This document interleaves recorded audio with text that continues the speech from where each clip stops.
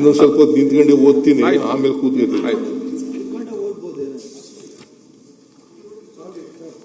ಸ್ವಲ್ಪ ಕಾಲು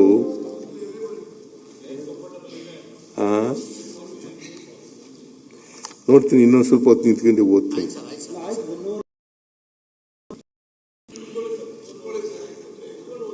ನೋಡ್ತೀನಿ, ನಾನು ಯಾವಾಗ ಕೂತ್ಕೋಬೇಕಾಗ ಕೂತ್ಕೋತೀನಿ, ಕಷ್ಟ ಆದಾಗ ಕೂತ್ಕೋತೀನಿ.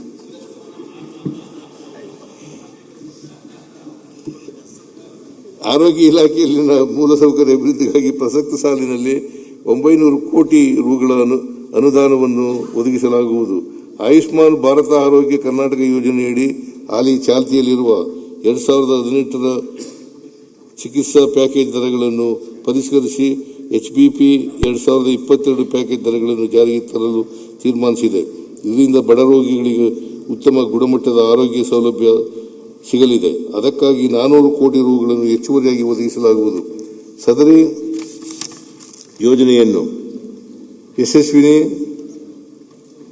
ಕರ್ನಾಟಕ ಕಟ್ಟಡ ಮತ್ತು ಇತರ ನಿರ್ಮಾಣ ಕಾರ್ಮಿಕರ ಕಲ್ಯಾಣ ಮಂಡಳಿ, ಕಾರ್ಮಿಕ ರಾಜ್ಯ ವಿಮಾ ಯೋಜನೆ ಮತ್ತು ಅನ್ವಯಿಸಿದ ಇತರ ಯೋಜನೆಗಳ ಅನುದಾನವನ್ನು ಒಗ್ಗೂಡಿಸುವ ಮೂಲಕ ಅನುಷ್ಠಾನಗೊಳಿಸಲಾಗುವುದು. ರಾಜ್ಯದ ಜಿಲ್ಲಾ ಮತ್ತು ತಾಲೂಕು ಮಟ್ಟದ ಆಸ್ಪತ್ರೆಗಳಲ್ಲಿ ಸಮಗ್ರ ಆಘಾತ ಆರೈಕೆ ಟ್ರಾಮಾ ಕೇರ್ ಸೇವೆಗಳನ್ನು ಒದಗಿಸಲು ತುರ್ತು ಚಿಕಿತ್ಸಾ ವಿಭಾಗ, ಶಸ್ತ್ರಚಿಕಿತ್ಸಾ ಕೊಠಡಿ ಮತ್ತು ICUಗಳನ್ನು ವೈದ್ಯಕೀಯ ಉಪಕರಣಗಳು ಮತ್ತು ಸಾಧನಗಳನ್ನು ಹಂತ ಹಂತವಾಗಿ ಪೂರೈಸುವ ಮೂಲಕ ಮೇಲ್ದರ್ಜೆಗೆ ಏರಿಸಲಾಗುವುದು. ಪ್ರಸಕ್ತ ಸಾಲಿನಲ್ಲಿ 45 ಕೋಟಿ ರುಗಳ ಅನುದಾನವನ್ನು ಒದಗಿಸಲಾಗುವುದು. ತೀವ್ರತರವಾದ ಅಪೌಷ್ಟಿಕತೆಯನ್ನು ಸಿವಿಯರ್ ಅಕ್ಯೂಟ್ ಮಾಲ್ ನ್ಯೂಟ್ರಿಷನ್ ಹೊಂದಿರುವ ಮಕ್ಕಳಿಗೆ ವೈದ್ಯಕೀಯ ಮತ್ತು ಪೌಷ್ಟಿಕಾಂಶದ ಚಿಕಿತ್ಸೆ ನೀಡಲು ಈಗಾಗಲೇ 86 ತಾಲೂಕುಗಳಲ್ಲಿ ಪೌಷ್ಟಿಕ ಪುನಶ್ಚೇತನ ಕೇಂದ್ರಗಳು ಕಾರ್ಯನಿರ್ವಹಿಸುತ್ತಿದ್ದು, ಇದನ್ನು ಉಳಿದ 63 ತಾಲೂಕುಗಳಲ್ಲಿ ಸ್ಥಾಪಿಸಲಾಗುವುದು. ಇದಕ್ಕಾಗಿ 6 ಕೋಟಿ ರುಗಳನ್ನು ಒದಗಿಸಲಾಗುವುದು. ಕಡಿಮೆ ಜನನ ತೂಕದ ಹಾಗೂ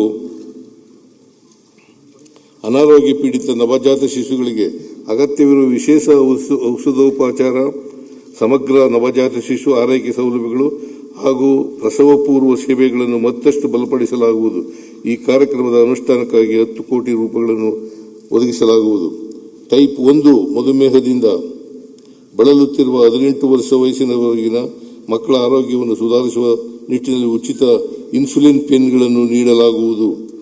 ಕಲ್ಯಾಣ ಕರ್ನಾಟಕ ಭಾಗದಲ್ಲಿ ಆರೋಗ್ಯ ಕ್ಷೇತ್ರವನ್ನು ಬಲವರ್ಧನೆಗೊಳಿಸಲು KKRDB ವಾರ್ಷಿಕ ಸ್ಥಳೀಯ ಯೋಜನೆಯಲ್ಲಿ ಮೈಕ್ರೋ ಪ್ಲಾನ್ ಆದ್ಯತೆ ಮೇರೆಗೆ ಅನುದಾನವನ್ನು ಮೀಸಲಿರಿಸಲಾಗುವುದು. ಗಣಿ ಬಾಧಿತ ಜಿಲ್ಲೆಗಳಾದ ಬಳ್ಳಾರಿ, ವಿಜಯನಗರ, ಚಿತ್ರದುರ್ಗ ಮತ್ತು ತುಮಕೂರಿನ ಎಲ್ಲ ತಾಲೂಕುಗಳಲ್ಲಿ ಸಮಗ್ರ ಆರೋಗ್ಯ ಸೇವೆಗಳನ್ನು KMERC ಅನುದಾನದಡಿಯಲ್ಲಿ ವಿಸ್ತರಿಸಲಾಗುವುದು. ಗಂಭೀರ ದೀರ್ಘಕಾಲ